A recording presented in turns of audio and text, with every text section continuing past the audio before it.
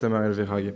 Bien, je vais tenter de répondre le plus synthétiquement possible aux différentes interventions et surtout parler d'avenir, puisque je ne vous le cache pas, l'objet de cette plénière, au-delà d'avoir une photographie instant T sur les trois dernières années de gestion de la collectivité départementale, il s'agit pour nous de parler d'avenir.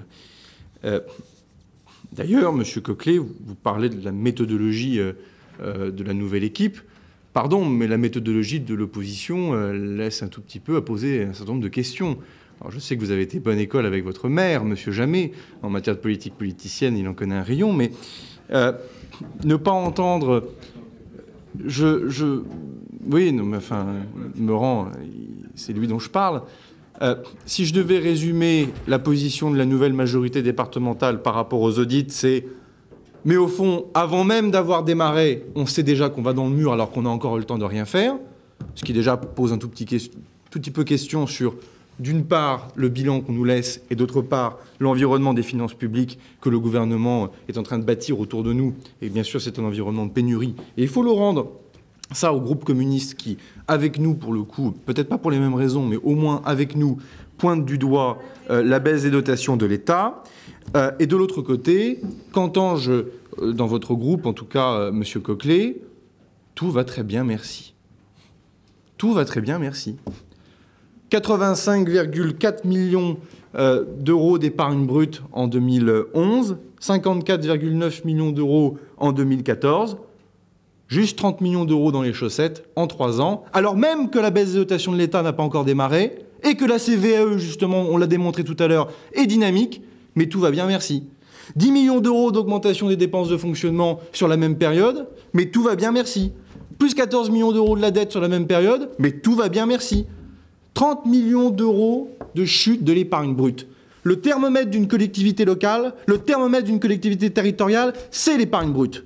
30 millions d'euros. 30 millions d'euros sur 3 ans, ça fait 30 000 euros par jour. Ça veut dire que sous la gestion de M. Destin, entre 2011 et 2014, la collectivité perdait 30 000 euros de marge de manœuvre par jour. Le chiffre, il est têtu. Alors, pardon, je ne voulais pas démarrer par ça, mais plutôt que de dire « dont acte, la situation est comme ça, dont acte, les dotations de l'État diminuent, dont acte, il faut faire des économies, et même, et je remercie M. Kettel, voici nos propositions sur lesquelles on veut travailler, et le président de recours d'ailleurs l'a fait également », vous dites « tout va bien, merci ». Mais que dirait-on d'une entreprise qui perdrait 30 000 euros de marge de manœuvre par jour? On dirait qu'elle est bien gérée. Donc, moi, je veux bien tout ce qu'on veut, mais je ne veux pas mentir aux Auroises et aux Aurois. La situation, elle est claire. Il y a un mur devant nous en 2017. L'effet de ciseau, il est certain. Alors après, bien sûr, j'y reviendrai, on peut commencer à ergoter sur le caractère un tout petit peu pessimiste de l'audit. Enfin, pardon, si il y a 5 ans, un audit nous avait dit il y a des gels de dotations de l'État, mais jamais l'État n'oserait diminuer les dotations de l'État. Si un audit, il y a 5 ans, nous avait dit, mais vous n'y pensez pas, jamais le législateur penserait enlever la CVAE en recettes du département. On aurait dit, mais vous n'y pensez pas, c'est trop pessimiste. Pourtant, c'est ce que le gouvernement que vous soutenez est en train de faire. On sabre les recettes des collectivités de manière brutale, et Jean-Paul Legendre l'a rappelé, c'est sans précédent. Alors, je ne conteste pas moi-même ce qu'a pu dire certains membres de ma famille politique sur la nécessité de faire des économies, la nécessité de bien évidemment lutter contre les dépenses publiques, parce que les dépenses publiques doivent avant tout s'appuyer sur la création de richesses et que malheureusement, en période de crise économique depuis plusieurs années, il faut savoir rationaliser nos dépenses publiques, mais il y a quand même une réalité. Non, tout ne va pas bien.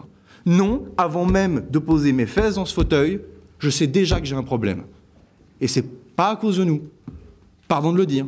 C'est avant tout à cause du gouvernement qui procède de la sorte, et c'était également, pardonnez-moi, par la faute de mon prédécesseur. Voilà, je pense quand même qu'il faut juste poser le cadre. Et je ne peux pas entendre dire que tout va bien, merci. Alors, sur ce qui a pu être dit, l'image de M. Lepeinteur est la bonne. La question, c'est, on a la cabine, on a l'aéronef département de l'Eure en pleine dépressurisation. Donc, il faut tirer sur le manche. Pardon, mais là, moi, j'ai quand même aussi une question pour ceux qui étaient conseillers départementaux de la majorité. Pourquoi personne n'a tiré sur le manche depuis 2011? Si ce n'est peut-être pour un échéancier électoral. Je pose la question. Personne n'a tiré sur le manche depuis 2011. Maintenant, il faut tirer sur le manche. Le problème, c'est que la montagne face à nous est encore plus importante qu'elle ne l'était en 2011. Parce que baisse des dotations de l'État, je n'y reviens pas. Parce que CVAE, je n'y reviens pas. Mais aussi parce que augmentation sans précédent du RSA. Je vous ai souvent donné le chiffre de 75 millions d'euros pour cet exercice budgétaire. Il se trouve qu'on est plus près de 77 ou 79 millions d'euros pour l'exercice budgétaire en cours. On pourrait rajouter également un certain nombre d'augmentations de dépenses sociales liées à l'APA. Donc non seulement on tire sur le manche trop tard pour redresser l'avion, et en plus la montagne a grandi. Voilà. C'est juste la situation à l'instant T. Alors après, on peut dire qu'on est d'accord, pas d'accord, on peut faire de la grande politique nationale, mais j'y reviendrai dans un instant sur ce qu'a dit M. Levitre, mais il y a une réalité, c'est je suis dans le cockpit de cet avion avec les 30 conseillers départementaux de la majorité, et on a une montagne face à nous. Et ça, c'est pas discutable.